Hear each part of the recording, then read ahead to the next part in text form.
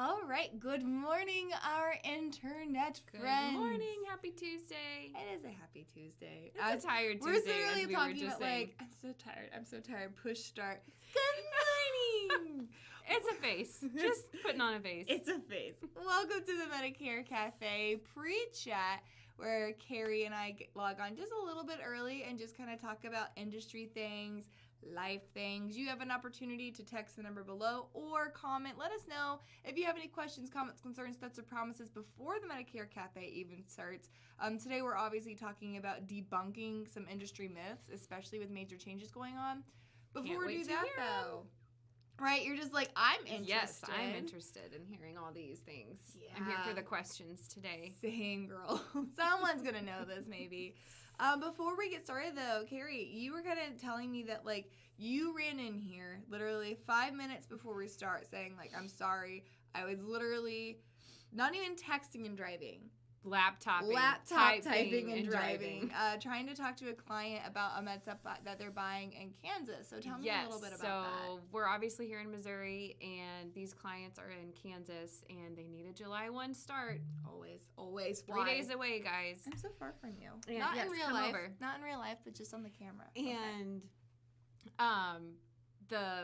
I'm always like, I can say actual insurance carriers on this, right? Yeah. I know. I'm always like, compliance.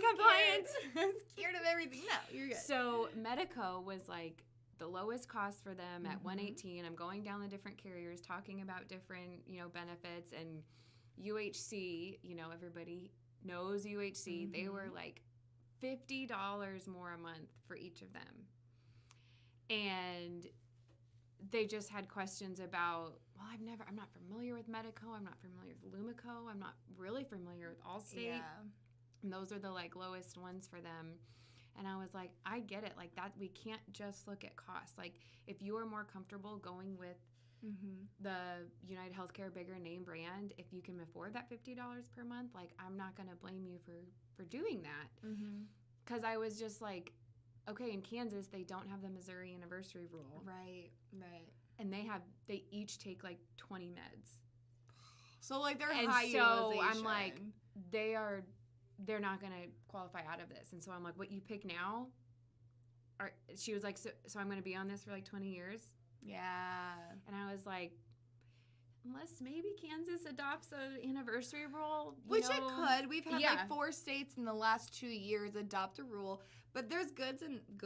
There's good things and positive and negative things about that. For example, I'm sure when you looked at Missouri rates versus Kansas rates, it's probably pretty alarming how much lower Kansas rates are to Missouri, because Missouri has they're unhealthy because you don't have to go through underwriting. Right. So there's positives and the negatives to it. Plus, carriers in Missouri are a lot more difficult to work with than in Kansas because they don't have to worry about loss ratios nearly as often.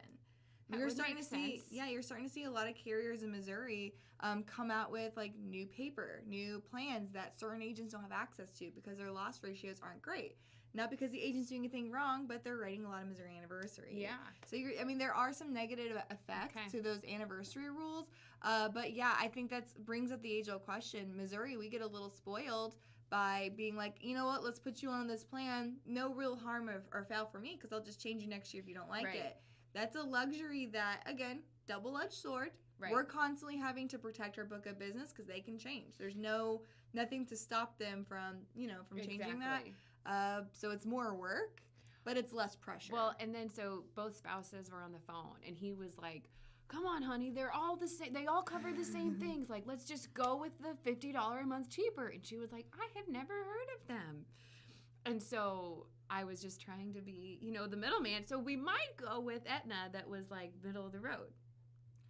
They've heard of it, and it was only like, I think $25 more. I just read my favorite text message I've ever read ever. Terry saying, good morning. Oh, gosh. Good morning. Last week. Yeah, this one says I can barely hear you, so we'll talk into the mic more. This is our microphone. Don't know her. Anyways. Says, good morning. Last week I listened to you two while my foot was raised on a stool after paramedics had to wrap my foot for a cut and bleeding from my big toe. Later went to urgent care. Not sure what that says other than we do great presentations. Yay! You win today. Why don't you come on? I have questions, follow-up questions. Yeah, so What happened? What happened? What happened to Me the too. toe? So it's my question. Also, A, did you keep the toe? And if not, no, did you get it, like, is it okay? And if not, do you get to keep it in a jar? I feel like your big toe is very important. Very important. Like, if you don't have that, all your toes are important. I feel like if you, like, hurt one of them. I'm anti-pinky toe. That one just gets in the way. Oh, man. If you stub a toe, and it's always your pinky toe. It's your pinky toe, and what does she do? Like, your pinky toe's kind of worthless. Yeah. Anyway, so hopefully you guys can hear us a little bit better. It is time to start the Medicare Cafe. So if anybody has more questions on this, kind of like, Carrie, let me just finish. Carrie, what are you going to do? If somebody, like, I know you said, like, am I uncomfortable to write them on, like, these really great brands, Medico and Lumico, but just aren't the size and can't handle a lot of the losses that, like, Aetna, UHC, even Mutual can. What do you, where are you kind of leaning? I'm thinking we're going to do Aetna, middle of the road. Nice. But what he said is he was like, but what's going to happen if Medico goes under? Like, will we at least be allowed at that point to, like, switch? It is, like, if your plan goes bankrupt. And I was like, well, yeah, if, like, Medico got, like, kicked out, you're not just going to be without health insurance. Mm-hmm. And he was like, okay, well, then what's the problem of going with the cheaper one? And I was like, well, here's the thing, though. Like, if you look but at, your wife's telling me she's really uncomfortable with that. So, yeah, we're going to go with middle of the road. But think about, Everest. Everest was a company that came in hot and heavy. And then all of a sudden they didn't really understand. They went to Missouri. We'll just, hard to be in Missouri. Went in Missouri, lost their big toe, we'll say, in Missouri. They got their big toe. They got very harmed in Missouri. We are unkind to some carriers. Lost a lot of money.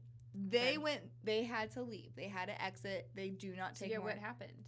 Those people are grandfathered in. They can't, unless they switch to a different plan, which in Missouri they can, but, like, in other states, they're there. Like, look at Aflac. Aflac from, 50 years ago. Jace Kenny is like 10 years ago. They had the same thing. There are still people who have active Aflac policies. They are grandfathered in. They're expensive.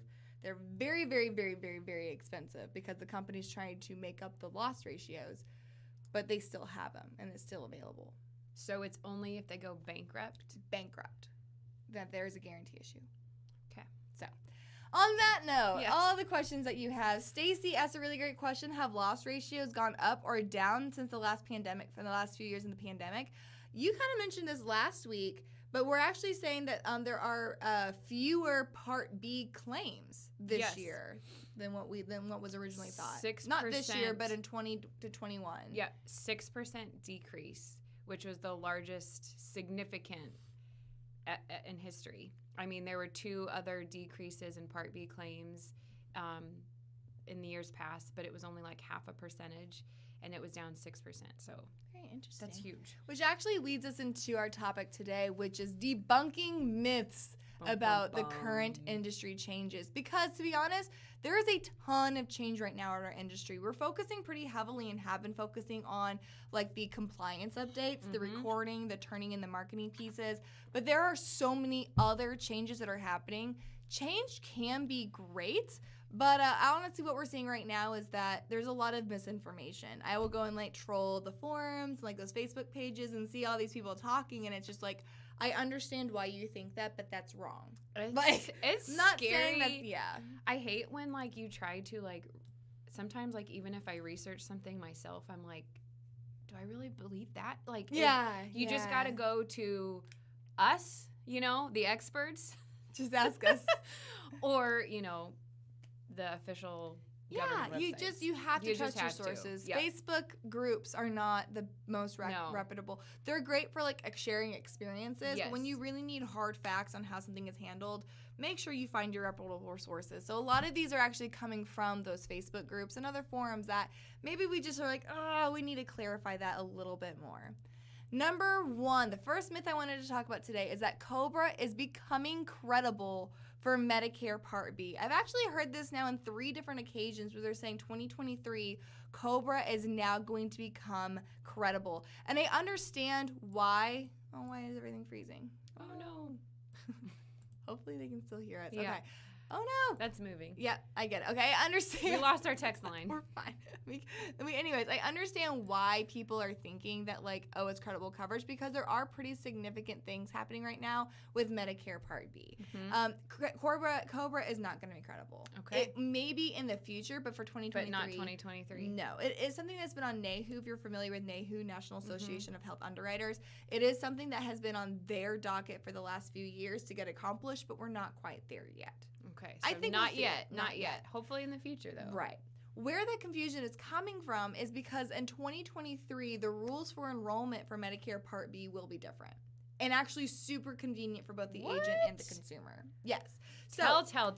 So starting January 1 in 2023, Part B, the general enrollment period will continue to exist. Okay. General enrollment being like if you didn't sign up for Medicare Part B when you were eligible, you don't have a special election, you have to wait through January 1 through March 31. The difference is that your Part B will be effective the next month. So it's no longer sign up in January for July 1st effective date. So we talked about that a little bit last time. Yes. So that is a good. That it's going into effect in January. Wow. The other side that it affects, I want to be a little more clear on, is like if you're signing up for Medicare Part B, and let's just say you know the rules right now that make no sense. If you sign up for Medicare Part B a month after you turn 65, then you have to wait it's 2 months. Yes. So, 3 months, it's like 4 months later. I hate that rule. That's gone.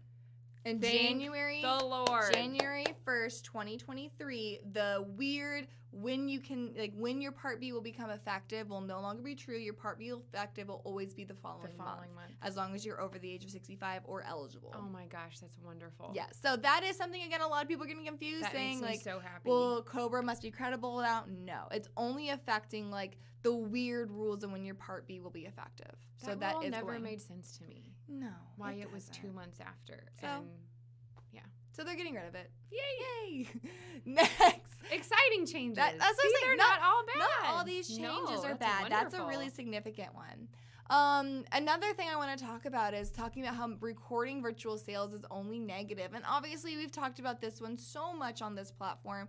But what I wanted to do was kind of talk about like why it isn't negative, and the biggest reason being that like your butt is so much more covered as an agent when you are recording your events. Now reminder, it's only the virtual ones, but again, I think I mentioned this before, if you get a complaint filed against you to Medicare or to the carrier, then you have to fill out a questionnaire that's about 37 questions. If it's virtual and it's recorded, it's 6. Oh, wow. So just the ease and like just the ability to prove that you're correct, you don't have to fight with somebody basically. Right. It's not a he said, she said. It's all taken care of. But I love also the aspect of listening to your appointments recorded, like so you can like learn from yourself. Absolutely. So I know you do a ton of presentations. When you do a presentation that's recorded, do you watch them after the fact? I have, yes. I do as well. I'm very hard on myself. Oh, but yeah. You will be your hardest critic, for sure. But it's like, how else do you learn? Like, it's like watching game film. You have to watch game film. Yes, you do. To know where you went well, or saying like, ooh, I could have, this is when I should have mentioned hospital indemnity. Oh, I should have mentioned cancer here. I'll put that on my next appointment. I had a couple years ago my one and only like complaint. And it was a MAPD that I enrolled, and she claimed that I never went over the deductible with her, which, like, I know if there's something I know for certain I went over, you go over premiums, you go over deductibles. Right. Like, how can you have any conversation and not go about not discuss deductibles? And so I wish I had it recorded. Yeah, because otherwise it's a he said, she said, and they're never citing on the agent. Yeah. It's always on the side of the client. Exactly. Michelle asks, only virtual sales? So yes, if you are face-to-face with a client, that does not have to be recorded. Again, like if you want to, as long as it's approved by you and the consumer there and you're storing it HIPAA safe, absolutely you can do that, but it's only required if you are non-face-to-face, and it's anything that leads to a sale needs to be recorded. Now, something I don't have on here, which is a myth that kind of leads to that complaint, is that the myth is that CMS is the one that polices these compliance issues and like Medicare does it. No. It's not? The carrier. The carriers? Yes. You will never, as an agent, hear from CMS or Medicare. I was talking with our compliance officer, and he made a joke, and I agree with, if CMS is contacting you, then you need to move to Mexico. Like, then it's something is very wrong. Really wrong. Something is going on. So if you're getting a call, I've had in the past where agents will actually send me voicemails from their competition being like, this is CMS, and we're going to do this. Like, CMS is not calling you. Like, that's someone pranking you. You've pissed someone off. Yeah. Medicare is not going to call you. That's funny. The next myth that we wanted to debunk was kind of something we were talking about. Yeah. Guarantee issued, and we're talking specifically about Medicare supplements. Guarantee issue and open enrollment for Medicare supplements are the same thing. That is huge myth. Very, very incorrect. Very, very different. They are not. If the two biggest things affect with open enrollment and guarantee issue is you will get paid less on guarantee issue than you will on open enrollment. Most times guarantee issue you get paid sometimes nothing. Yep. In open enrollment you receive that full commission. So that's a big change. And then also the options available to the consumer. An option to the consumer on guarantee issue is pretty limited. You don't get access to Plan N, which is a really popular plan, compared to open enrollment, which is any plan, anytime you want, any questions, you're good. Go ahead. Something that I was just noticing also since I've been working with some Kansas clients, they pay different per state also. Yes. So, like, I'm used to which carriers will pay something and won't pay anything on a GI in Missouri. And then I was like, oh, wait, I need to go back and check and make sure, am I going to get paid on this in Kansas? Yeah. And the thing is that, like, especially it's really true whenever you're doing paper or e-applications because again, each carrier will call it something different. And so, like, if you mark on an application, you're talking let me just go into saying the biggest difference between guarantee issue and open enrollment. Guarantee issue means they've had Part B longer than 6 months, and they have to have some sort of situation that allows them to be guarantee issue. If that's the case, if they're eligible for Medicare after January 1st of 2020, they have access to A, B, D, F, K, and L. If it's before 2020, it's A, B, C, F, K, and L before 2020. After 2020, A, B, D, G, K, and L. So just that F and G and C and D. I 100% cannot rattle that off. That's pretty talented. I have, that's pretty good. Many talents. One of them is knowledge about Medicare. It's very, very, I'm a blast at parties. But it was, I have to tell you the story. Should we have a Medicare party sometime? A Medicare, like, trivia party? Let me tell you. I was having our sales meeting yesterday morning, and I hope Kendra's on here watching. Kendra is on Senior Marketing Specialist Agent Resources team. Okay. And she came in, we're like, hey guys, we always start the Monday morning meetings. How's everybody's weekend? Anybody have to do anything fun? She goes, listen, I got drunk and talked about Medicare with my boyfriend's parents all day. And she's like, I had the most fun. Oh, that's awesome. And she's just like, I'm like, that's my favorite. She's like, I had too much to drink. We talked about HSAs and Medicare. I have a lot of homework, and I had the best time. Amazing. That's awesome. Long story short, though, open enrollment, any plan, any carrier, no questions asked, they get that full commission. When you're filling out an application, if you put guarantee issue because you think, oh, it's open enrollment, they don't have any questions, here's guarantee issue, they'll still process the application. You will not get those commissions, and the client may be denied on that plan G or on that plan G or that plan N that they're asking for. So it is very important to know the difference between GI and open enrollment. And like she said, it's different for every carrier how the application is. It's it would only be so easy if they were all the same. That makes too much sense. It'd be too easy. We can't do that. Next question we have here, and this is something, our next myth we want to debunk, is that seniors are not on social media. And I put on here, like, I'm tired of talking about this. Man. You guys know better by now that social media is growing. In fact, seniors, the turning 65 population, is the fastest growing demographic on Facebook. They said that it was, looking at some Q research, it said that 40% of new users are over the age of 65. Oh my goodness. It's the second most downloaded platform other than TikTok. TikTok is the number one downloaded platform. For seniors or just in general? In general. We did a webinar a few weeks back about, like, unique marketing ideas, and, like, dude, you need to get on TikTok. You need to get on TikTok. I just downloaded it. Clint kept telling me that. I finally downloaded it. Have you seen Medicare Mama? Yes. I'm telling you. She has so many followers, and I just, this happened this morning. My sitter came to watch the girls, and I said, Haley, you got to teach me how to do TikTok.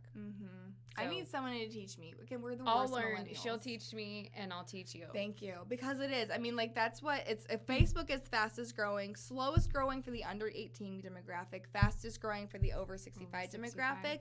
TikTok is the fastest, is growing incredibly quick between the ages of 35 and 55, which is your caregivers. The people who are taking care of mom and dad are the ones who are on TikTok, and they're learning everything. There's a whole hashtag, like, learned it on TikTok. Yeah. They go to TikTok to learn how to do things. It's crazy. Stacy, her name is Medicare Mama.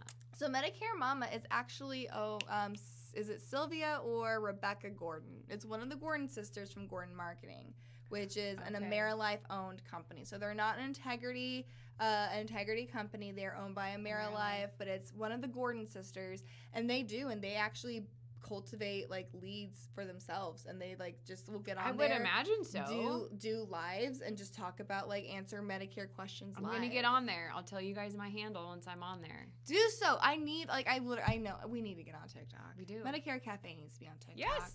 I'm oh my gosh, how fun would that be? I'm the worst millennial. The next myth we wanted to debunk was everyone turning 65 gets a Medicare and You handbook.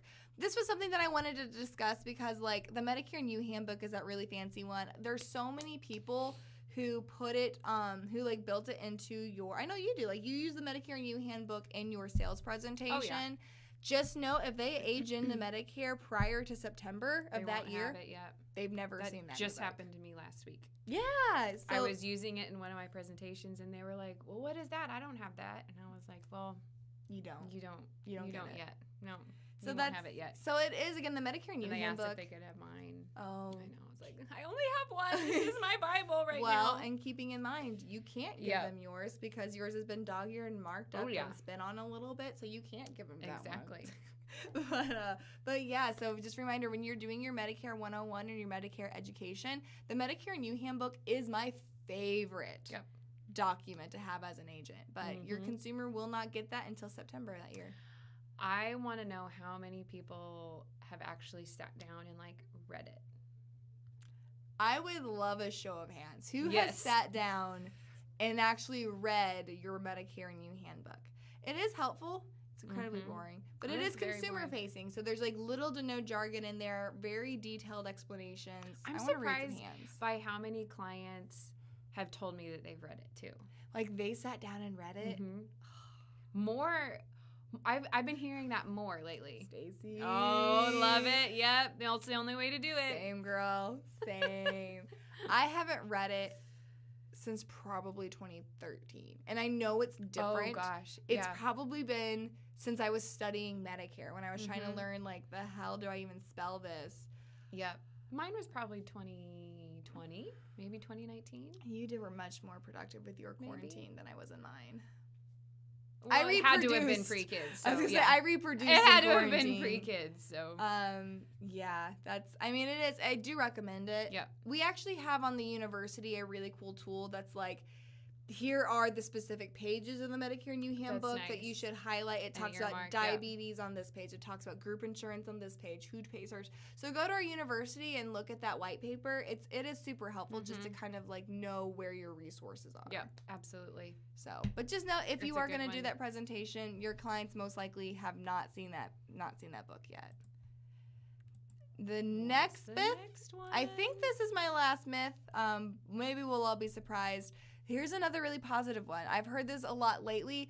Part B premium only goes up each year. They've never seen a year where the Part B premium went down or stayed the same. And I understand that because that's what it's been like since 2016, I think, 2015. We actually saw 3 years in a row where the Part B premium stayed the same. It was like 104.73. Yeah, it was 2012, 2013, and 2014, I believe. And we saw the increase go up 2015. Anyway, so we've seen it stay. Like it has to this year. It just has to. Has to go up? Has to stay the same. I would imagine so. So we actually are thinking that you're going to see Medicare Part B stay the same, if not actually go down. Decrease? Yes. 2 reasons for that. Number one is actually what you talked about earlier, is how the Part B claims have actually significantly gone down. People weren't going to the doctor very often. Number two, and I think more in the more impactful reasons is because we talked about this a little bit last week in the Ask Me Anything, but there was a medication that was going to be utilized, and it was costing like $500 something per injection. It was a Part B medication done as an injection for Alzheimer's patients. And it was a weekly medication that was necessary. $500 was going to be covered under Medicare Part B. So Medicare Part B did what they needed to do in their opinion, hiked up those prices, right?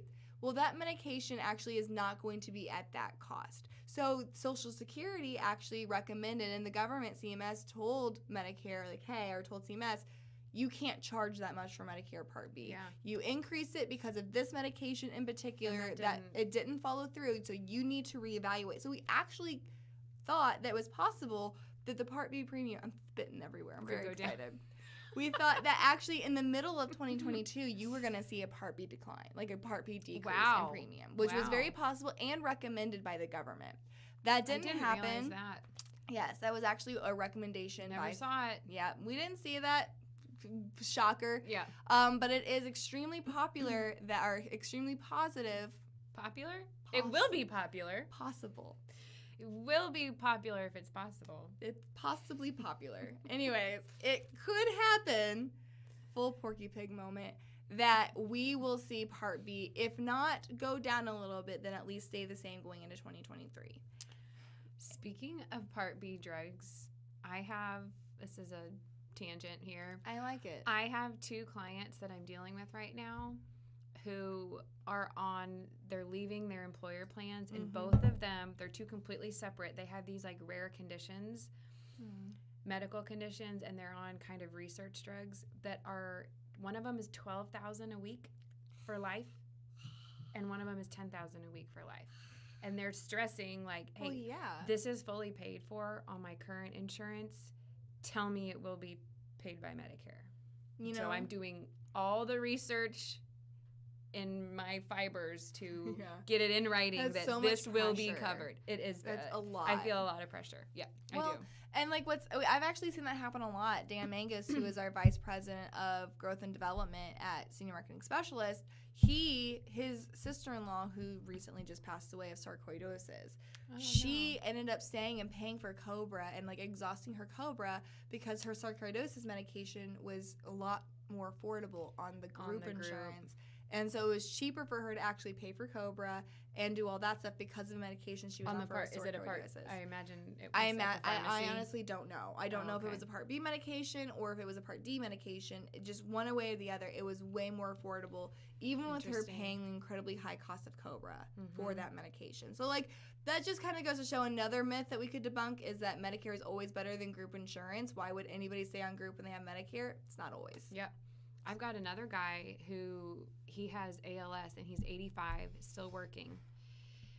And he just got diagnosed at 85 and his doctor prescribed some medication and his insurance on his group plan isn't covering it. And he was like, you need to join Medicare. This will be covered.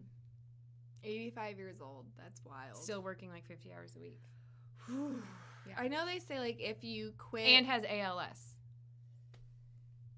Yeah. Does he have a 3-legged dog named Lucky? This poor guy. He's the sweetest man ever. Oh. I just want to talk to him forever. Just like, I don't need anything from you, but can we just be friends? Yeah. Stacy put on here is a link to the Medicare and You walkthrough on the SMS University. Stacy, why don't you just come work with us? Yeah. You do so much with us. Thank you.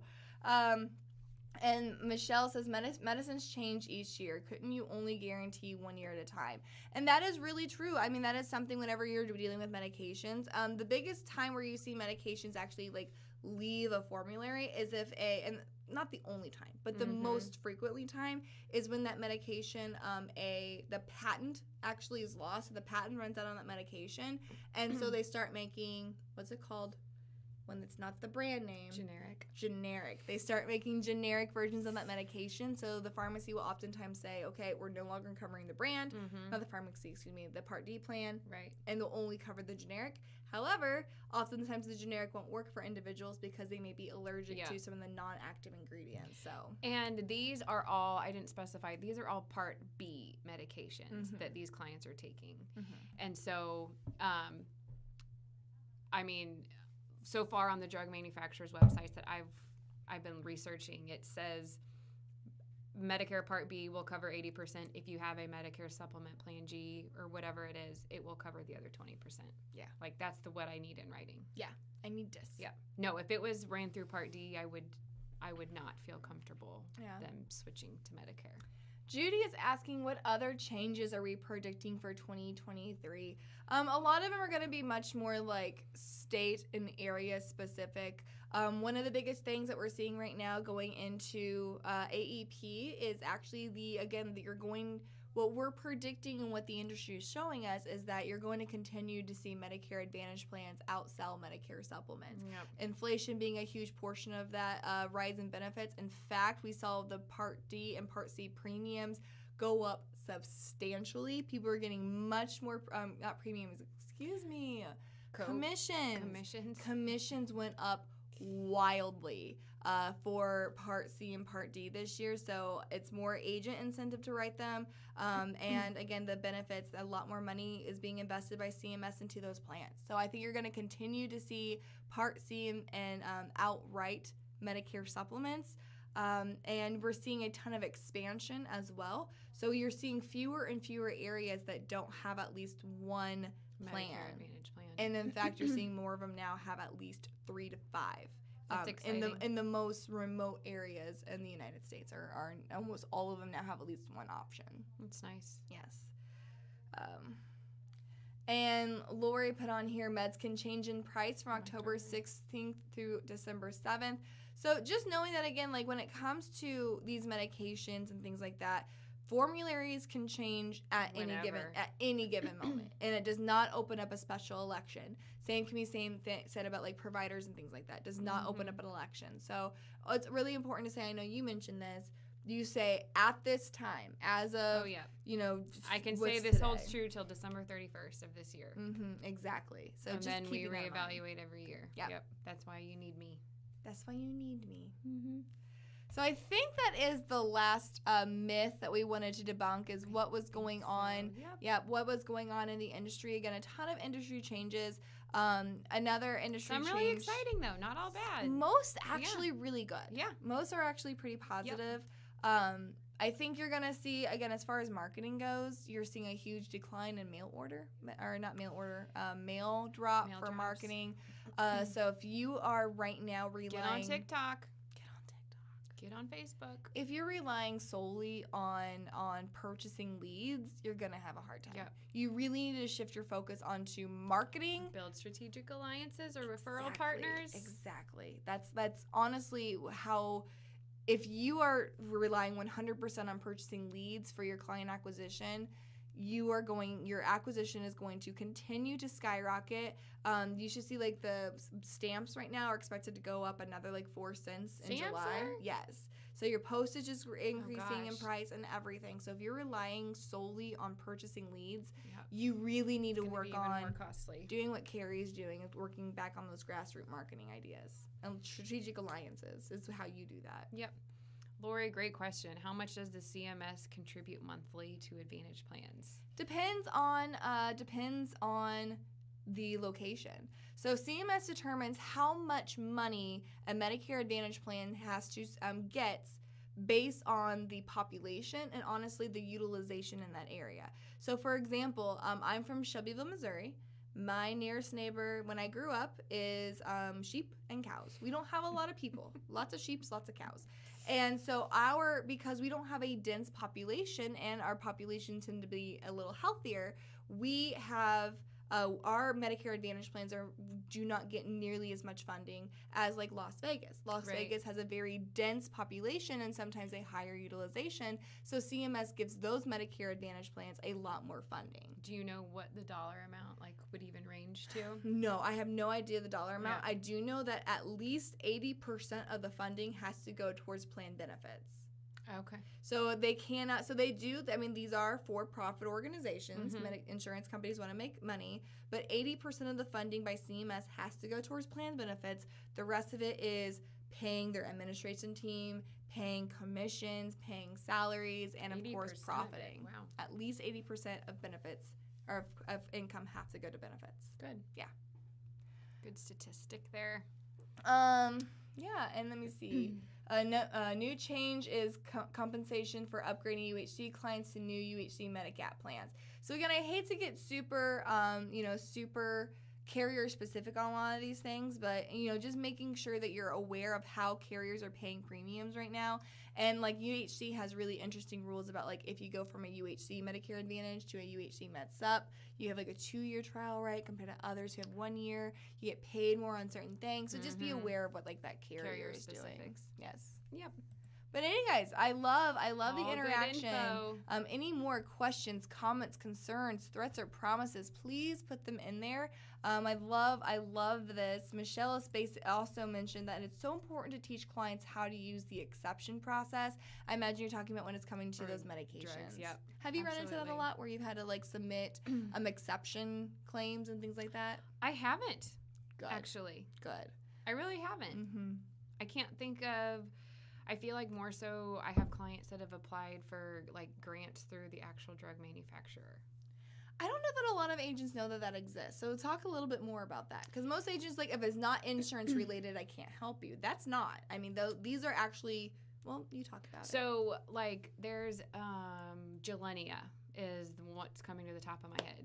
That sounds like a condition. I feel like I have that on my ass. It's just gels. It's a drug for MS, and if you go to their website, the Gilenia website, a lot of times there is it's either at the bottom, very bottom, where it'll say something about finances or applying for patient assistance, and on there it's just a form that you can fill out, and it will fill in your health insurance information that you have.